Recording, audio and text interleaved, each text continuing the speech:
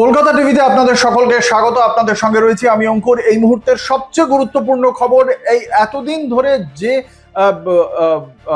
Cockroach জনতা পার্টির পক্ষ থেকে যে বিক্ষোভ অবস্থান চলছিল, তাদের প্রধান দাবি ছিল শিক্ষামন্ত্রী, কেন্দ্রীয় শিক্ষামন্ত্রী ধর্মেন্দ্র প্রধানের পদত্যাগ।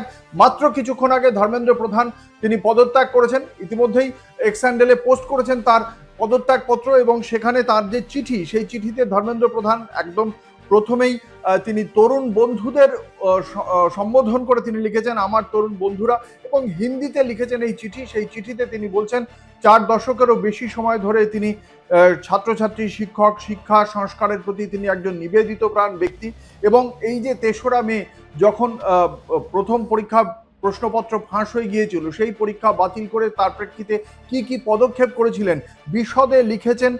তিনি এই পরিস্থিতি থেকে কখনোই পিছপা হননি। তার সংকল্প ছিল যে কোনো মেধাবী ছাত্রের ভবিষ্যৎ পরীক্ষা মাফিয়াদের দ্বারা বিপন্ন হতে দেব না।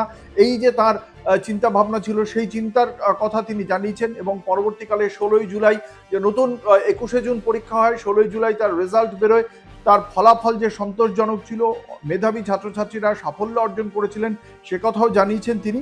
কিন্তু তারপরেই তিনি বলছেন যে এই সময় দায়িত্বশীল পদে থাকা ব্যক্তিরা অনেক ছাত্রছাত্রীকে বিভ্রান্ত করার জন্য বাধা সৃষ্টি করেছিলেন, যা তাকে অত্যন্ত ব্যথিত করেছিল বলেই জানিয়েছেন ধর্মেন্দ্র প্রধান।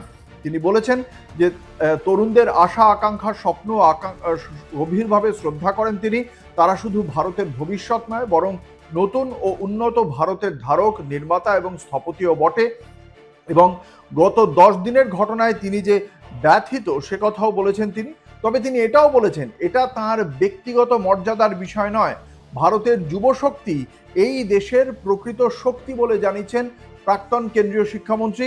তিনি বলেছেন দেশের যুব সমাজকে বিভ্রান্তির দুষ্ট চক্রে আটকা পড়তে দেব না, এটাই তার সংকল্প। এবং তিনি বলেছেন জান্তার মন্তরেও দেশে যে পরিস্থিতির সৃষ্টি হয়েছে, দেশ বিরোধী শক্তিগুলি যাতে এই পরিস্থিতির সুযোগ না নেয়, দেশের ঐক্য বজায় রাখতে হবে। ভারতের একজন ছাত্রেরও ভবিষ্যৎ যেন আইনি জটিলতায় না জড়ায়, ছেলেমেয়েরা যেন পড়াশোনায় সময় দেয়, ক্যারিয়ার গড়ার দিকে মনোযোগ দেয়, এই সমস্ত মাথায় রেখেই মাননীয় প্রধানমন্ত্রীর কাছে তার পদত্যাগপত্র পাঠিয়ে দিয়েছেন বলে জানিয়েছেন কেন্দ্রীয় শিক্ষামন্ত্রী ধর্মেন্দ্র প্রধান। মাননীয় প্রধানমন্ত্রীর নির্দেশনা, আস্থা এবং অবিরাম সমর্থনের জন্য আমি আন্তরিক কৃতজ্ঞতা প্রকাশ করছি বলেও জানিয়েছেন ধর্মেন্দ্র প্রধান।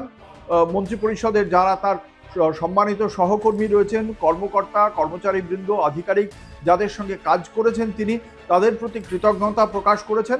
দেশের সেবা করা তার জীবনের সর্বোচ্চ অগ্রাধিকার, সর্বদা তার প্রতি নিবেদিত থাকবেন বলেও জানিয়েছেন ধর্মেন্দ্র প্রধান।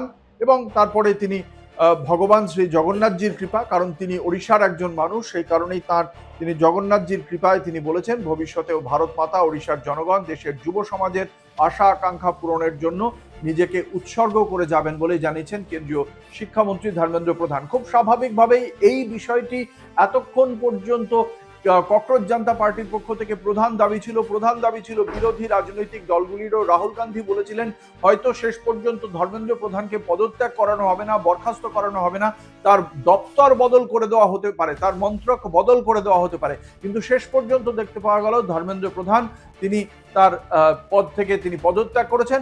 ফলে এবার দেখার ককরোচ জনতা পার্টি এবং বিরোধী রাজনৈতিক দলগুলো তারা কি প্রতিক্রিয়া দেয়, কি পদক্ষেপ করে। আর সেই তথ্যের জন্য আপনাদের তাকিয়ে থাকতেই হবে কলকাতা টিভির পর্দায় রাত দিন 7 দিন।